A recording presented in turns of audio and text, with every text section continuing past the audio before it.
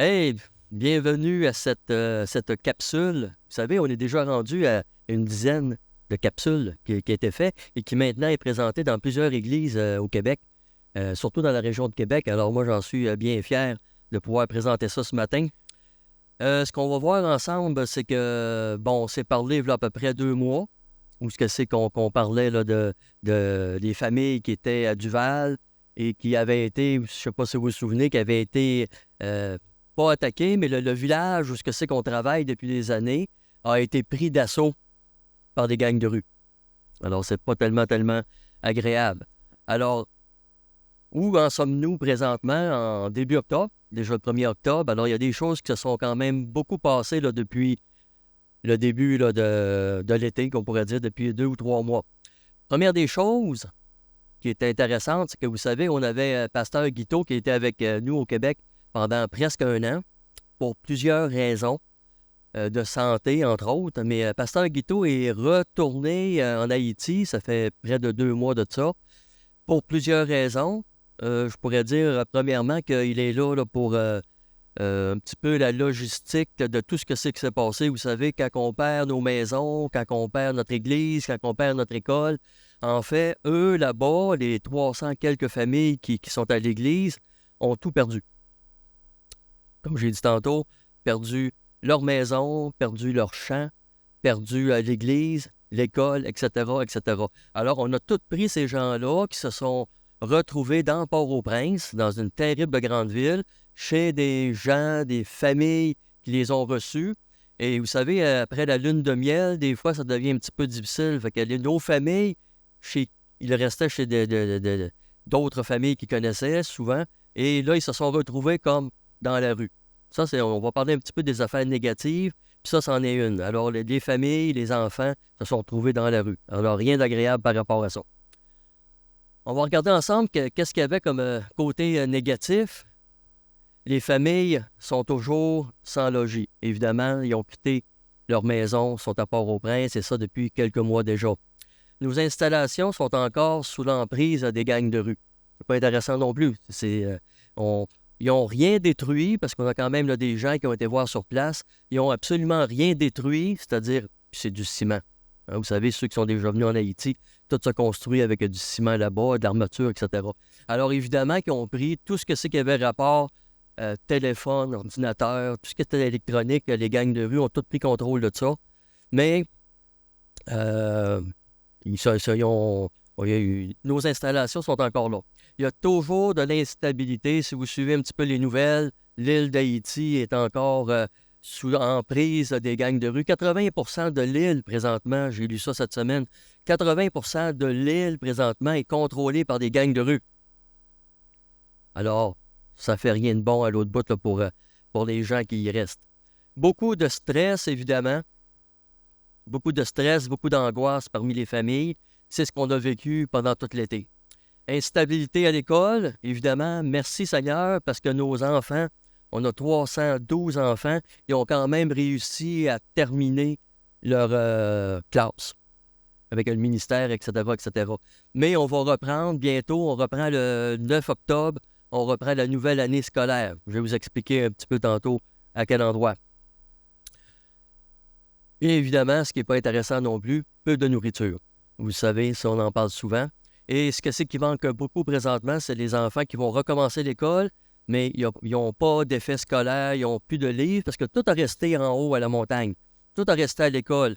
Tout a été pris par les gangs de rue. Donc, ça veut dire que ceux qui vont recommencer l'école bientôt, ils n'ont pas de crayon, ils n'ont pas d'efface, ils n'ont pas de cahier, ils n'ont pas de feuilles, etc., etc.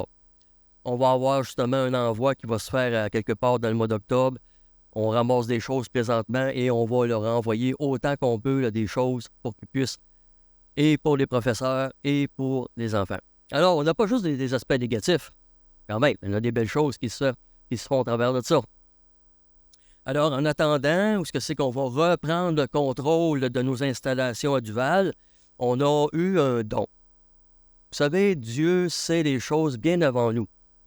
Et en 1989, Dieu avait donné dans le cœur de quelqu'un de faire un bâtiment à Port-au-Prince, sur un grand terrain qu'il avait acheté, et il a laissé dormir ça pendant des années, ne sachant pas qu'un jour, ce serait un besoin. La personne, on nomme pas les noms, mais la personne a donné le bâtiment, le terrain. Là, on est en train de construire là-dessus. Vous pouvez aller sur nos sites, vous pouvez voir les constructions qui sont en train d'être faites.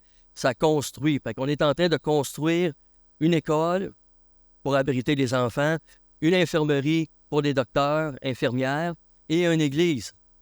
Alors, l'église Emmaüs, en fait, qui est à Duval, se retrouve présentement dans un secteur que je ne dirai pas le nom à Port-au-Prince, mais avec un but précis, c'est de prêcher la parole de Dieu parmi un peuple.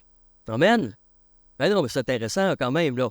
Des gens qui sont en exil, ils ont absolument... Frères et sœurs, pensons-y un instant. On n'a plus rien, vous et moi. Quelle serait notre préoccupation? Eux, parler de Dieu. Moi, je dis, c'est tout à fait extraordinaire, là. Ils parlent de Dieu, puis Dieu répond au travers de ça.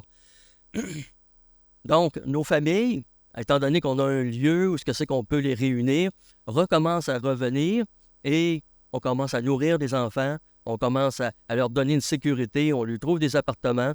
Dieu n'est pas à court de moyens. Dieu n'est pas à court de moyens. Les enseignants et les enfants reprennent les cours. L'Église Emmaüs se réunit sur une base quotidienne. À tous les jours, il y a des gens. Ce matin, ils ont un culte là-bas au travers là, des tempêtes spirituelles. On l'a vu cet été, hein, il y a des tempêtes spirituelles. Puis là-bas, c'est comme ça. Donc, ça avance. Malgré tout, il y a des côtés négatifs, mais Dieu change ça vers du positif. Et aussi, je vais vous parler juste un instant du parrainage. On est béni. Vous savez, un an passé, j'ai lancé un défi. On avait, au 11 décembre passé, on avait 48 enfants de parrainés. Ce matin, je ne l'ai pas marqué. Je vais vous dire pourquoi tout de suite après. Mais on est présentement à peu près 83 ou 84 personnes, enfants, parrainés. Amen. C'est tout à fait extraordinaire. Et pourquoi je n'ai pas fait? Parce que là, c'est des enfants qui sont dans le nouveau local. Fait qu'on a commencé à leur donner du riz, etc. On s'en va là-dessus. Mais cette semaine, j'ai eu le plaisir de recevoir un petit vidéo. Malheureusement, ce matin, je ne peux pas vous le montrer. Technologie oblige. Mais cette jeune fille, tout simplement comme ça, je ne la connais pas. Je ne l'ai jamais vue. Elle s'appelle Narlène Charles, 7 ans.